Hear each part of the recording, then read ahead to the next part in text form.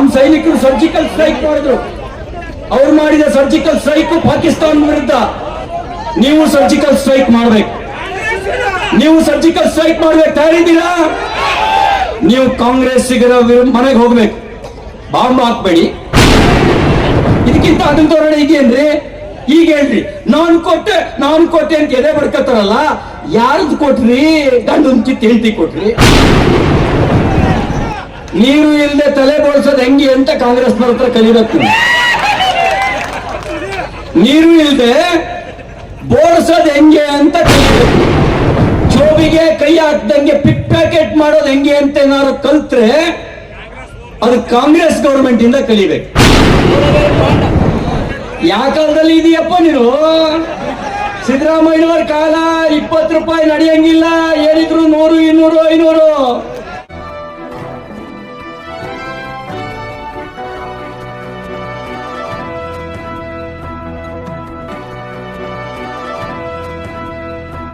ಬಿಸಿಲಲ್ಲಿ ಬಂದಿದ್ದೀರಿ, ದಣದಿದ್ದೀರಿ, ಹೊಟ್ಟೆ ಬೇರೆ ಹಸಿತೈತೆ. ಆದ್ರೂ ಅಷ್ಟು ದೂರದಿಂದ ಬಂದೀವಿ. ಮಾತಾಡ್ಬೇಕಾ ಬೇಡವಾ? ಈ ಸಭೆಯ ಕೇಂದ್ರ ಬಿಂದು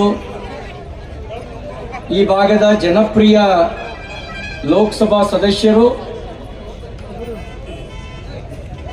ಜನ ಈಗ ಕೂಗ್ತಾ ಇದ್ದು ಕೇಳಿದೆ, ದೇಶಕ್ಕೆ ಮೋದಿ, ದೇಶಕ್ಕೆ ಮೋದಿ, ವಿಜಯಪುರಕ್ಕೆ ಜಿಗಜಿಣಗಿ ಅಂತ ಕೇಳ್ತಿದ್ದೆ. ಅಂತ ಜಿಗಜಿಣಗಿ ಅಣ್ಣವರೇ, ಒಂದು ಗುಟ್ಟ ಅವ್ರ ಹತ್ರ ಕೇಳಬೇಕು, ಹನ್ನೊಂದ್ಸರಿ ಗೆದ್ದಿರೋದು ಅದು ಹೆಂಗ್ ಗೆದ್ದಿರಿ ಅಂತ. ಆಮೇಲೆ ನೀವು ಹೇಳ್ಬೇಕು. ನಮಗೂ ಎಲ್ಲ ಹೇಳ್ಕೊಟ್ರೆ ನಾವು ಹಂಗೆ ಗೆಲ್ಬೋದು. ಈ ಭಾಗದ ಜನನಾಯಕ, ಉತ್ತರ ಕರ್ನಾಟಕದ ಹಿಂದೂ ಹುಲಿ, ಮಾಜಿ ಕೇಂದ್ರ ಸಚಿವರು ಮತ್ತು ಶಾಸಕರಾದ ಬಸವನಗೌಡ ಪಾಟೀಲ್ ಯತ್ನಾಳ್ರೆ ಅವರಿವರನ್ನದೇ ವೇದಿಕೆ ಮೇಲೆ ಉಪಸ್ಥಿತ ಭಾರತೀಯ ಜನತಾ ಪಾರ್ಟಿ ಮತ್ತು ಜನತಾದಳದ ಎಲ್ಲ ಮುಖಂಡರೇ, ಗಂಡು ಮೆಟ್ಟಿನ ನೆಲ ವಿಜಯಪುರದ ಎಲ್ಲ ಅನ್ನದಾತ ಬಂಧುಗಳೇ, ತಾಯಂದಿರೇ, ಮಾಧ್ಯಮ ಮಿತ್ರರೇ,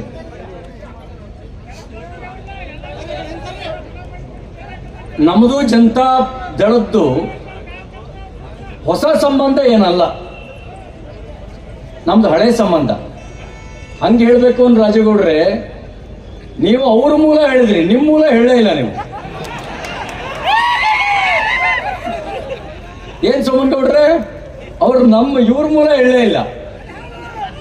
ಜಿಗಜಿಣಗಿ ಅಣ್ಣವ್ರ ಮೂಲ ಮಾತ್ರ ಹೇಳಿದ್ರು. 77ರಲ್ಲಿ ತುರ್ತು ಪರಿಸ್ಥಿತಿ ಏರಿದ್ರಲ್ಲ ಇಂದಿರಾ ಗಾಂಧಿ, 75ರಿಂದ 77ರಲ್ಲಿ, ಆಗ ದೇಶ ಉಳಿಸೋದಕ್ಕೆ, ಸಂವಿಧಾನ ಉಳಿಸೋದಕ್ಕೆ ಜನತಾ ಪರಿವಾರ ಒಟ್ಟಾಗಿದ್ವಿ.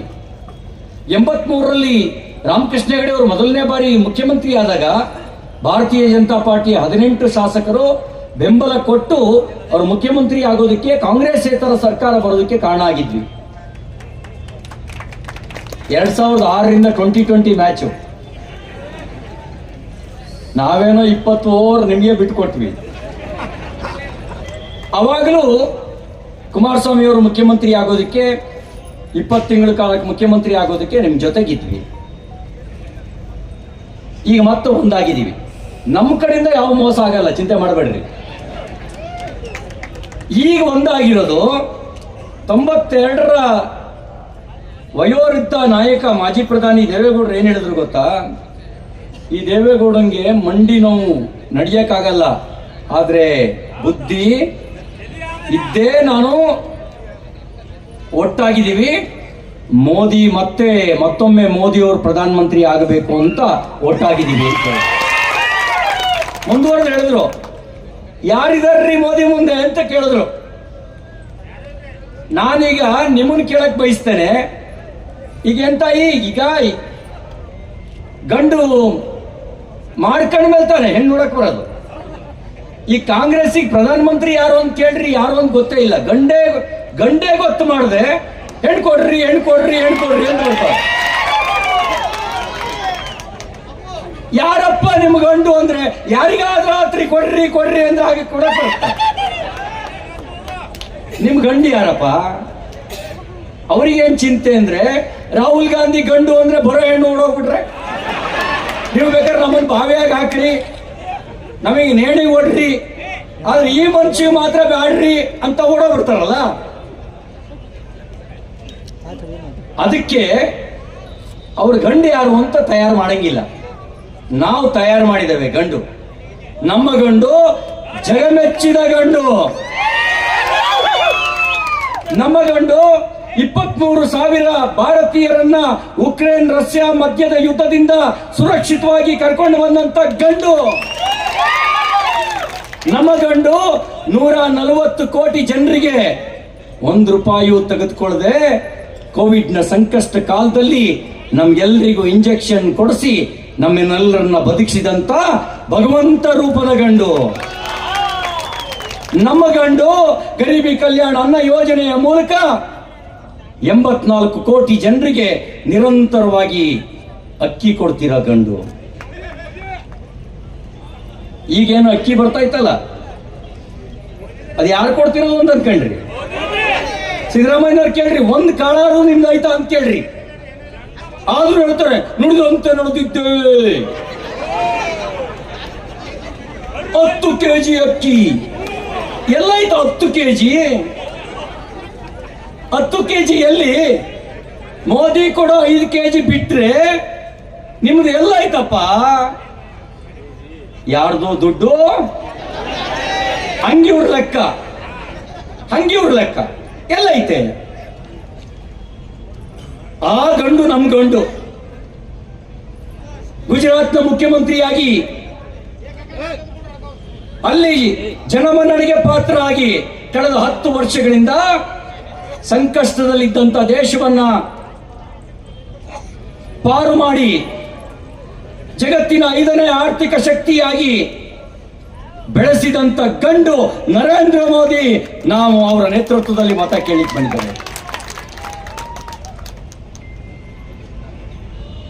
ಇವರಿಗೆ ಅಧಿಕಾರ ಕೊಟ್ಟಿದ್ವಲ್ಲ 2004ರಿಂದ 2014 ಆಕಾಶ ಭೂಮಿ ಪಾತಾಳ ಎಲ್ಲದ್ರೊಳಗೂ ಲೂಟಿ ಹೊಡೆದವ್ರು ತಾನೇ ಇವರೇ. ಆಕಾಶದಲ್ಲಿ 2G ಹಗರಣ, ಅಗಸ್ಟಾ ವೆಸ್ಟ್ಲ್ಯಾಂಡ್ ಹೆಲಿಕಾಪ್ಟರ್ ಹಗರಣ, ಭೂಮಿಯಲ್ಲಿ ಕಾಮನ್ವೆಲ್ತ್ ಹಗರಣ, ಆದರ್ಶ ಹೌಸಿಂಗ್ ಸ್ಕ್ಯಾಮ್, ಪಾತಾಳದಲ್ಲಿ ಕೋಲ್ ಹಗರಣ, KG ಬೇಸಿನ್ ಹಗರಣ, ಹೀಗೆ ಆಕಾಶ ಭೂಮಿ ಪಾತಾಳ 3 ಬಿಡದೆ ಲೂಟಿ ಹೊಡೆದವರು ಈಗ ಮತ್ತೆ ಲೂಟಿಗೆ ಅವಕಾಶ ಕೊಡಿ ಅಂತ ಕೇಳ್ತಾ ಇದ್ದಾರೆ. ಮತ್ತೆ ಲೂಟಿಗೆ ಅವಕಾಶ ಕೊಡ್ಬೇಕಾ? ಒಂದ್ ಕಾಲದಲ್ಲಿ ಬೆಳಿಗ್ಗೆ ಪತ್ರಿಕೆ ತೆಗೆದ್ರೆ ಹೈದರಾಬಾದ್ನಲ್ಲಿ ಬಾಂಬ್ ಸ್ಫೋಟ, ಮುಂಬೈನಲ್ಲಿ ಬಾಂಬ್ ಸ್ಫೋಟ, ದೆಹಲಿಯಲ್ಲಿ ಬಾಂಬ್ ಸ್ಫೋಟ, ಅಹಮದಾಬಾದ್ನಲ್ಲಿ ಬಾಂಬ್ ಸ್ಫೋಟ, ಶ್ರೀನಗರದಲ್ಲಿ ಬಾಂಬ್ ಸ್ಫೋಟ, ಬಾಂಬ್ ಹಾಕಿದವರಿಗೆ ಬಿರಿಯಾನಿ.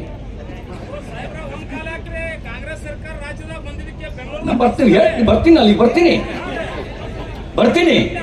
ಕಾಂಗ್ರೆಸ್ ಬರೋ ಮುನ್ಸೂಚನೆ ಬರ್ತಿದ್ದಂಗೆ ರಾಜ್ಯದಲ್ಲಿ ಬಾಂಬ್ ತಯಾರು ಮಾಡಕ್ ಶುರು ಮಾಡಿಬಿಟ್ರು.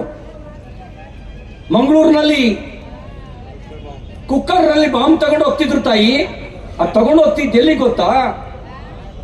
ಇಂಥ ಮಕ್ಕಳು ಓದ್ತಾವಲ್ಲ ಆ ಸ್ಕೂಲಿಗೆ. ಮಕ್ಕಳು ದೇವರಿದ್ದಂಗೆ, ಎಲ್ಲರ ಮನೆ ಮಕ್ಕಳು ಓದ್ತಾವ ಸ್ಕೂಲಿಗೆ. ಹಿಂದೂ ಮುಸ್ಲಿಂ ಕ್ರೈಸ್ತ ಭೇದ ಭಾವ ಇಲ್ಲದೆ ಎಲ್ಲರ ಮನೆ ಮಕ್ಕಳು ಹೋಗ್ತಾವ ಇಲ್ವೋ? ಆ ಮಕ್ಕಳು ಪ್ರೇಯರ್ ಮಾಡ್ತಿರ್ಬೇಕಾದ್ರೆ, ರಾಷ್ಟ್ರಗೀತೆ ಹೇಳ್ತಿರ್ಬೇಕಾದ್ರೆ ಬಾಂಬ್ ಸ್ಫೋಟ ಮಾಡೋಣ ಅಂತ ತಗೊಂಡು ಹೋಗ್ತಿದ್ದ. ನಮ್ಮ ದೇವರು ಗಟ್ಟಿ ಇದ್ದ. ಅವ್ರು ತಗೊಂಡು ಹೋಗ್ತಿರ್ಬೇಕಾದ್ರೆ ಸ್ಫೋಟ ಆಯ್ತು. ಎಲ್ಲಾದ್ರೂ ಅಕಸ್ಮಾತ್ ಶಾಲೆಯಲ್ಲಿ ಹೋಗಿ ಸ್ಫೋಟ ಆಗಿದ್ರೆ ಯಾರ ಮಕ್ಕಳು ಸಾಯ್ತಿದ್ದೋ ಏನೋ. ಹಿಂದಾದ್ರೂ 10-12 ಮಕ್ಕಳು, ಈಗ 1 ಅಥವಾ 2. ಅಲ್ಲ, ಕೆಲವರಿಗೆ 10-12 ಈಗಲೂ ಇದಾವ ಬಿಡ್ರಿ. ಅಂತವ್ರಿಗೆ ನೇಣಿಗೆ ಹಾಕು ಅಂತ ಹೇಳ್ಬೇಕಿತ್ತು ತಾನೆ. ಕಾಂಗ್ರೆಸ್ ಅಧ್ಯಕ್ಷ ಏನಂದ ಗೊತ್ತಾ? ಕಾಂಗ್ರೆಸ್ ಅಧ್ಯಕ್ಷ they are all our brothers ಅಂತ. ಎಷ್ಟು ಜನ ಬ್ರದರ್ಸ್ ಇದ್ದಾರೆ ಗೊತ್ತೇನೋ? ಈಗಾಗಲೇ 41 ಜನ ಕಾಂಗ್ರೆಸ್ ಬ್ರದರ್ಸ್ ಅನ್ನ NIA ಅರೆಸ್ಟ್ ಮಾಡಿ ಜೈಲಲ್ಲಿ ಇಟ್ಟಿದೆ. DJ ಹಳ್ಳಿ KJ ಹಳ್ಳಿನಲ್ಲಿ ಬೆಂಕಿ ಹಾಕಿದವ್ರನ್ನ ಅಮಾಯಕರು ಅಂತ ಸರ್ಟಿಫಿಕೇಟ್ ಕೊಡುತ್ತೆ ಕಾಂಗ್ರೆಸ್. ಈ ನೀತಿ ಅಪಾಯಕಾರಿ ನೀತಿ. ಈ ನೀತಿಯಿಂದ ದೇಶ ಉಳಿಸಕ್ಕಾಗುತ್ತಾ? ಈ ನೀತಿಯಿಂದ ದೇಶ ಉಳಿಸಕ್ಕಾಗಲ್ಲ. ಇಂಥವರಿಗೆ ಬಲಿ ಹಾಕ್ಬೇಕು ಅಂತಂದ್ರೆ ಯೋಗಿ ತರ ಬುಲ್ಡೋಜರ್ ಚಾಲು ಮಾಡಿದ್ರೆ ಮಾತ್ರ ಬಲಿ ಹಾಕಕ್ಕಾಗಲ್ಲ. ಬುಲ್ಡೋಜರ್ ಚಾಲು ಮಾಡಿದ್ರೆ ಮಾತ್ರ ಬಲಿ ಹಾಕಕ್ಕಾಗೋದು. ಅದಕ್ಕೆ ನಾನು ವಿನಂತಿ ಮಾಡ್ತೇನೆ, ಈ ಚುನಾವಣೆ ಜಾತಿ ಮೇಲೆ ನಡೆಯುವ ಚುನಾವಣೆ ಅಲ್ಲ. ಈ ಚುನಾವಣೆ ನೀತಿಯ ಮೇಲೆ ನಡೆಯುವ ಚುನಾವಣೆ. ಈ ಚುನಾವಣೆ ನಮ್ಮವ್ರು ಯಾರು ಅಂತ ನೋಡಿ ವೋಟ್ ಹಾಕೋ ಚುನಾವಣೆ ಅಲ್ಲ. ನಮ್ ದೇಶಕ್ಕೆ ಯಾರು ಬೇಕು ಅಂತ ನೋಡಿ ವೋಟ್ ಹಾಕೋ ಚುನಾವಣೆ. ದೇಶ ಉಳಿಸೋಕೆ ಯಾರು ಅಂತ ಯೋಚನೆ ಮಾಡಿ ವೋಟ್ ಹಾಕೋ ಚುನಾವಣೆ.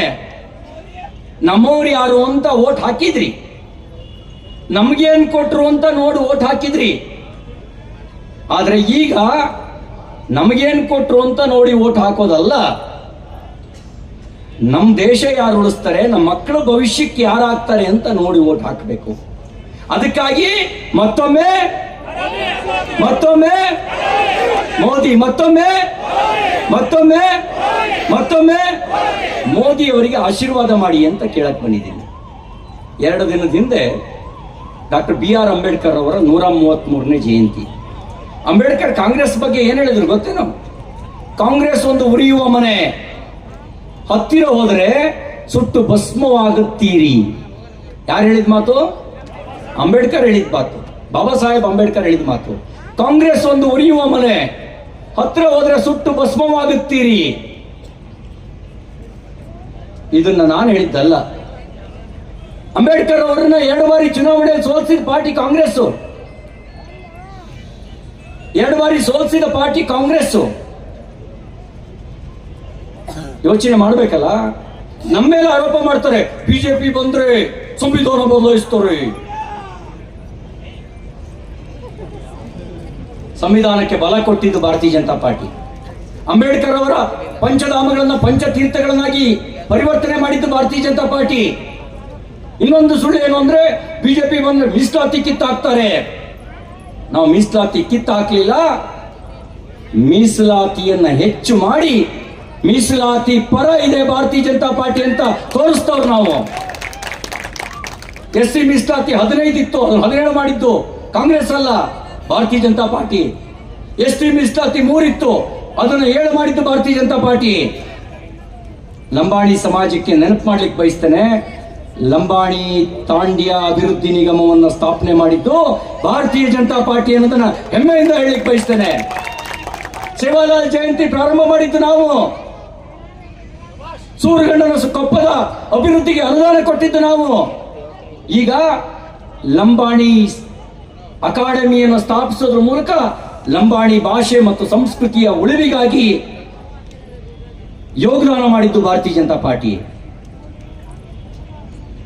ಬಂಧುಗಳೇ, ನಿಮ್ಮಲ್ಲಿ ವಿನಂತಿ ಮಾಡಕ್ ಬಯಸ್ತೇನೆ, ಲಂಬಾಣಿ ತಾಂಡ್ಯಗಳನ್ನು ಕಂದಾಯ ಗ್ರಾಮಗಳನ್ನಾಗಿ ಪರಿವರ್ತನೆ ಮಾಡಿದ್ದು ಕಾಂಗ್ರೆಸ್ ಅಲ್ಲ, ಭಾರತೀಯ ಜನತಾ ಪಾರ್ಟಿ. ಅದಕ್ಕೆ ನಾನು ನಿಮ್ಮ ಹತ್ರ ವಿನಂತಿ ಮಾಡಕ್ ಬಯಸ್ತೇನೆ, ಇದು ದೇಶ ಉಳಿಸೋ ಚುನಾವಣೆ, ಇದು ದೇಶ ಉಳಿಸೋ ಚುನಾವಣೆ. ನಿಮ್ಮ ಒಂದೊಂದು ಮತ ರಾಷ್ಟ್ರದ ಉಳಿವಿಗೆ ಕಾರಣ ಆಗತ್ತೆ. ಈಗ ಹೇಳ್ತಿದ್ದಾರೆ ಗ್ಯಾರಂಟಿ ಮೇಲೆ ಗೆದ್ದು ಬಿಡ್ತೀವಿ ಅಂತ ಹೇಳಿ. ಗ್ಯಾರಂಟಿ, ಮೋದಿ ಗ್ಯಾರಂಟಿ ದೇಶ ಉಳಿಸುತ್ತೆ. ಮೋದಿ ಗ್ಯಾರಂಟಿ ಬಡವರಿಗೆ ಬಲ ಕೊಟ್ಟಿದೆ. ಜನ್ಧನ್ ಖಾತೆಯ ಮೂಲಕ ಎಲ್ಲರನ್ನ ಬ್ಯಾಂಕಿನ ಜೊತೆಗೆ ಜೋಡಿಸಿದ್ದು ಮೋದಿ ಸರ್ಕಾರ ತಾನೇ. ಶೌಚಾಲಯ ಇಲ್ಲದ ಮನೆಗೆ 12,000 15,000 ಕೊಟ್ಟು ಶೌಚಾಲಯ ನಿರ್ಮಾಣಕ್ಕೆ ಕಾರಣ ಆಗಿದ್ದು ನರೇಂದ್ರ ಮೋದಿ ಅವರು ತಾನೇ. ಯಾರ ಮನೆಗೆ ಗ್ಯಾಸ್ ಇರಲಿಲ್ಲ, ಆ ಗ್ಯಾಸ್ ಕನೆಕ್ಷನ್ ಕೊಟ್ಟವರು ನರೇಂದ್ರ ಮೋದಿ ಅವರು ತಾನೇ. ಆಯುಷ್ಮಾನ್ ಭಾರತ್ ಯೋಜನೆಯ ಮೂಲಕ ಒಂದು ಕುಟುಂಬಕ್ಕೆ 1 ವರ್ಷಕ್ಕೆ 5 ಲಕ್ಷ ರೂಪಾಯಿವರೆಗೂ ಮೆಡಿಕಲ್ ಬಿಲ್ ಅನ್ನ ಮೋದಿ ಸರ್ಕಾರ ಕೊಡುತ್ತಲ್ವಾ. ಈ ಒಂದು ಯೋಜನೆಯ ಸಮ ಕಾಂಗ್ರೆಸ್ನ ಎಲ್ಲಾ ಯೋಜನೆಗಳು ಇಲ್ಲ. ಈ ಒಂದು ಯೋಜನೆ ಸಮ, ಈ ಒಂದು ಯೋಜನೆ ಸಮ ಇಲ್ಲ. ಯಾರ್ಯಾರಿಗೆ ಕೋವಿಡ್ ಇಂಜೆಕ್ಷನ್ ಆಗಿದೆ ಕೈ ಎತ್ರಿ. ಎಲ್ರಿಗೂ ಆಗಿದೆ. ಅಮೆರಿಕದಲ್ಲಿ ಒಂದು ಫೈಜರ್ ಇಂಜೆಕ್ಷನ್ ಬೆಲೆ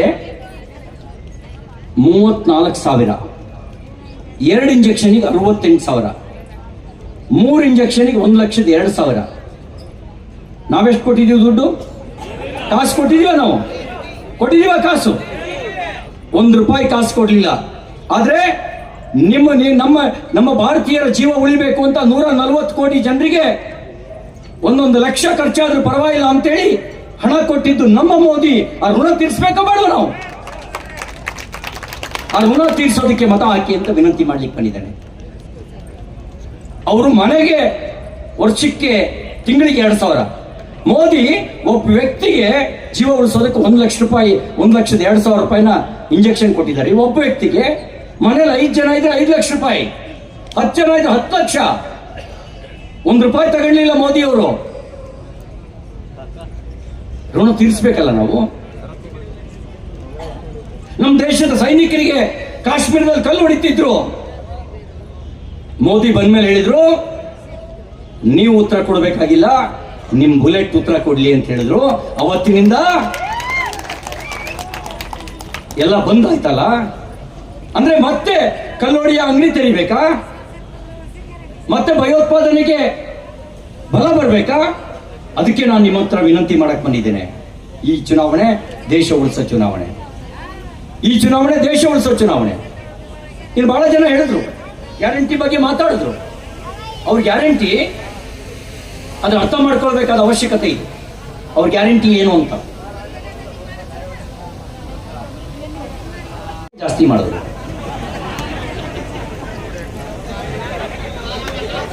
ಜಾಸ್ತಿ ಮಾಡಿದ್ರು ಇಲ್ವೋ? ಕ್ವಾರ್ಟ್ರಿಗೆ ₹50 ಜಾಸ್ತಿ ಆಗಿದೆ ಇಲ್ವೋ? ಆಯ್ತಾ ಇಲ್ವೋ ಜಾಸ್ತಿ?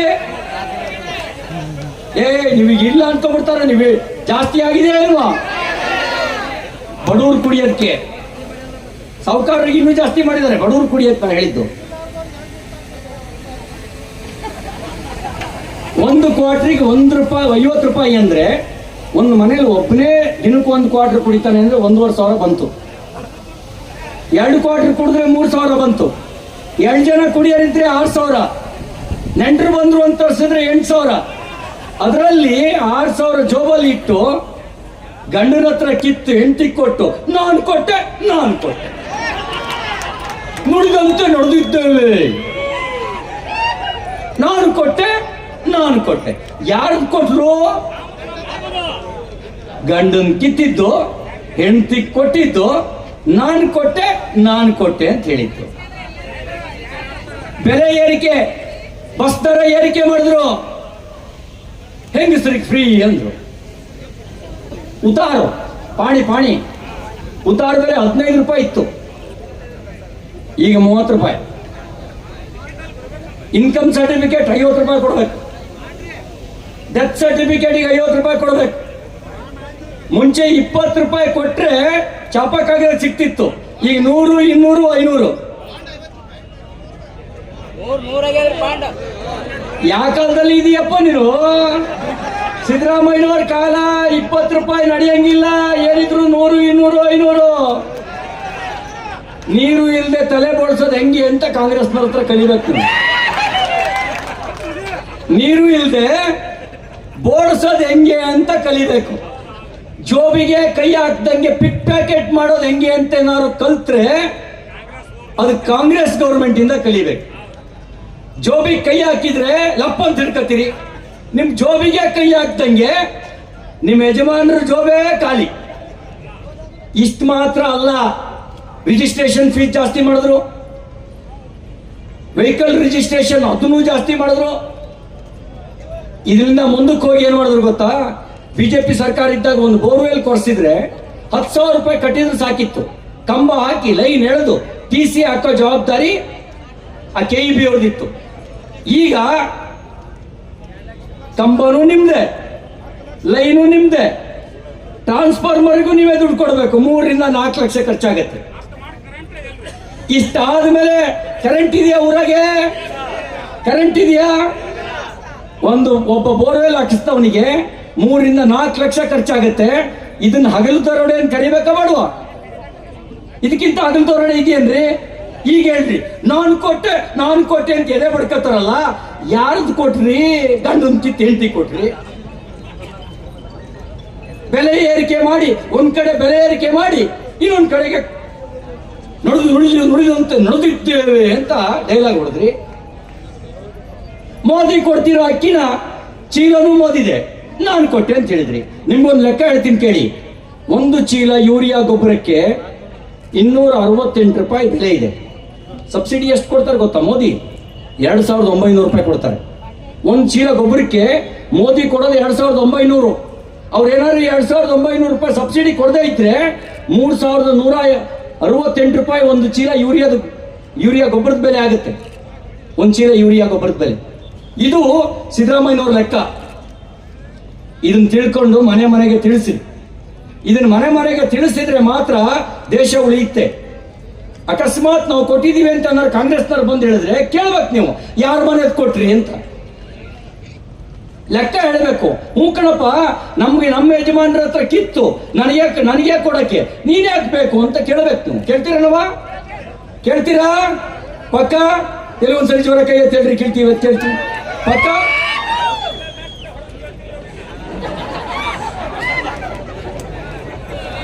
ಇಷ್ಟು ಮಾತ್ರ ಅಲ್ರಿ, ಇಷ್ಟು ಮಾತ್ರ ಅಲ್ಲ.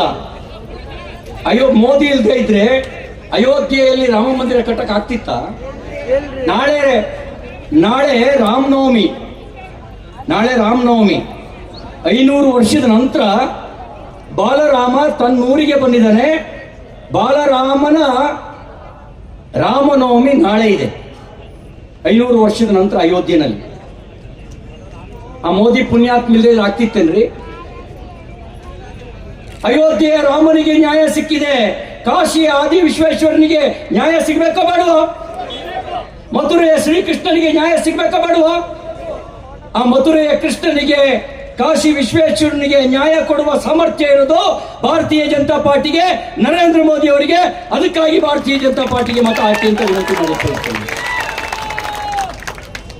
ಅದಕ್ಕಾಗಿ ಭಾರತೀಯ ಜನತಾ ಪಾರ್ಟಿಗೆ ಮತ ಹಾಕಿ ಅಂತ ವಿನಂತಿ ಮಾಡ್ಲಿಕ್ಕೆ ಬಯಸ್ತೇನೆ.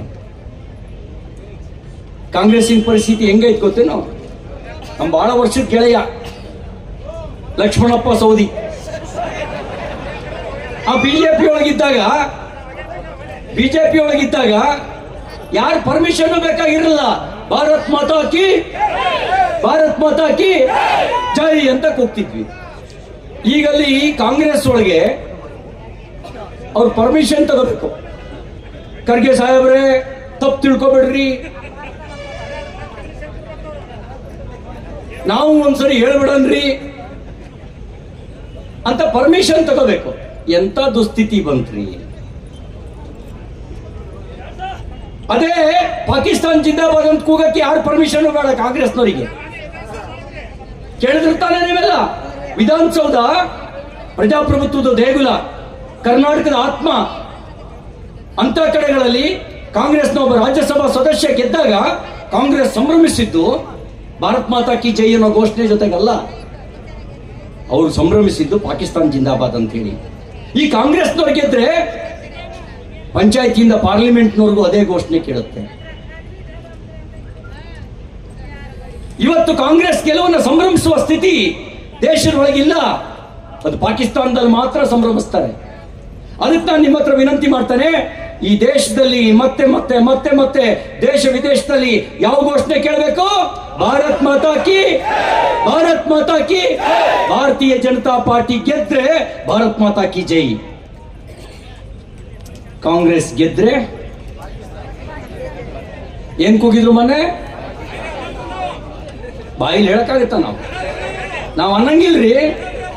ಆ ಪಾಕಿಸ್ತಾನಕ್ಕೆ ಹುಟ್ಟಿದ ಡ್ಯಾಶ್ ಡ್ಯಾಶ್ ಡ್ಯಾಶ್ ಅವರೇ ಹೇಳ್ಬೇಕು, ನಾವು ಹೇಳಂಗಿಲ್ಲ.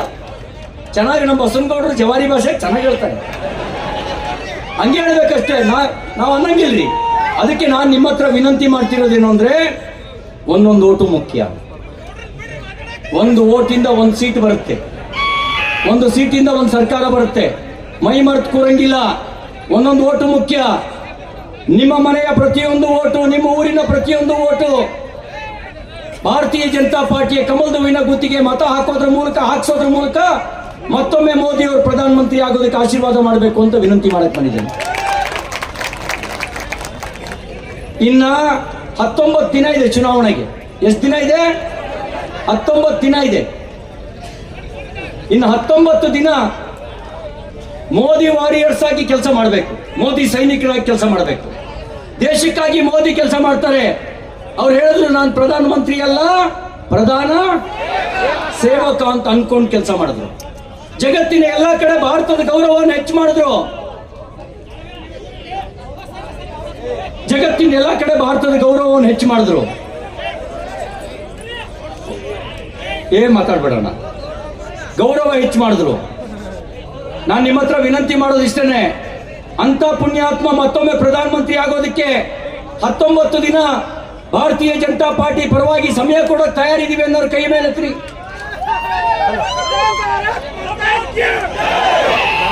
ತಯಾರಿದ್ದೀರಲ್ವಾ?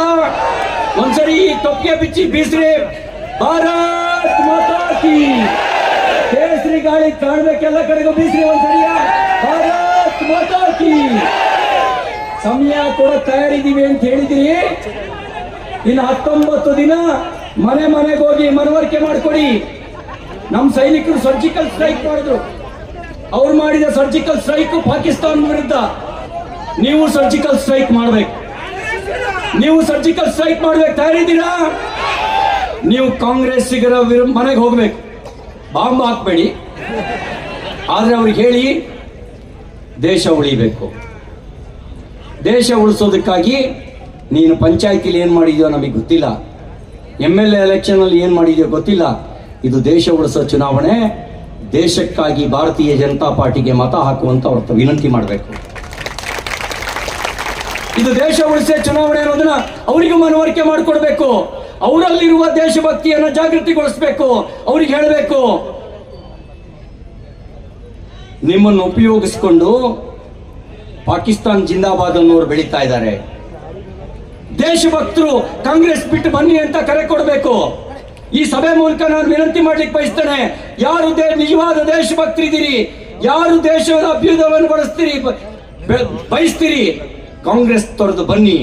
ಭಾರತೀಯ ಜನತಾ ಪಾರ್ಟಿಯ ರಮೇಶ್ ಜಿಗಜಿಣಗಿ ಅವರನ್ನ ಬೆಂಬಲಿಸಿ ಅಂತ ವಿನಂತಿ ಮಾಡ್ಲಿಕ್ಕೆ ಬಯಸ್ತೇನೆ. ಬಂಧುಗಳೇ, ನಮ್ಮ ಸಂಕಲ್ಪ ಪತ್ರದಲ್ಲಿ ಭಾರತವನ್ನು ಬಲಗೊಳಿಸುವ ಯೋಜನೆಗಳಿದ್ದಾವೆ, ಬಡವರಿಗೆ ಶಕ್ತಿ ತುಂಬತಕ್ಕಂಥ ಯೋಜನೆಗಳಿದ್ದಾವೆ. ಆ ಸಂಕಲ್ಪ ಪತ್ರದಂತೆ ಭವಿಷ್ಯದ ಭಾರತ ಅದು ವಿಶ್ವಗುರು ಭಾರತ ಆಗಬೇಕು. ಭವಿಷ್ಯದ ಭಾರತ ಬಡತನ ಮುಕ್ತ ಭಾರತ ಆಗಬೇಕು. ಭವಿಷ್ಯದ ಭಾರತ ಜಾತೀಯತೆ ವಿಷಬೀಜದಿಂದ ಮುಕ್ತವಾಗಿರ್ತಕ್ಕಂಥ ಭಾರತ ಆಗಬೇಕು. ಅದಕ್ಕೆ ನಾವು ಚಿಕ್ಕೋಡಿಯಲ್ಲಿ ಮಾತಾಡ್ತಾ ಹೇಳಿದೆ, ನಾವೆಲ್ಲರೂ ರಾಜಕಾರಣಕ್ಕೆ ಬಂದಿರೋದು ಹಿಂದುತ್ವಕ್ಕಾಗಿ ರಾಜಕಾರಣಕ್ಕೆ ಬಂದಿದ್ದೇವೆ, ಹಿಂದುತ್ವಕ್ಕಾಗಿ ರಾಜಕಾರಣ ಮಾಡ್ತೇವೆ. ನಮ್ಮ ನರೇಂದ್ರ ಮೋದಿ ಅವರು ತನ್ನ ಒಂದೊಂದು ಕ್ಷಣವನ್ನು ಕೂಡ ದೇಶ ದೇಶ ದೇಶ ದೇಶ ಮುಂದುವರಿಬೇಕು ಅಂತ ಕೆಲಸ ಮಾಡ್ತಾ ಇದ್ದಾರೆ. ಅಂತ ಪುಣ್ಯಾತ್ಮ ದೇವರು ಕೊಟ್ಟು ವರ. ಅಂತ ಪುಣ್ಯಾತ್ಮ ಮತ್ತೊಮ್ಮೆ ಪ್ರಧಾನಮಂತ್ರಿ ಆಗೋದಕ್ಕೆ ಕೈ ಎತ್ತಿ ಆಶೀರ್ವಾದ ಮಾಡಿ ಅಂತೇಳಿ ವಿನಂತಿ ಮಾಡಿ. ಭಾರತ್ ಮಾತಾ ಕಿ, ಭಾರತ್ ಮಾತಾ ಕಿ. ನಿಮ್ಮೆಲ್ಲರಿಗೂ ಒಂದ್ಸಿ ನಾನು ಮಾತು ಮುಗಿಸ್ತೇನೆ. ಭಾರತ್ ಮಾತಾ ಕಿ.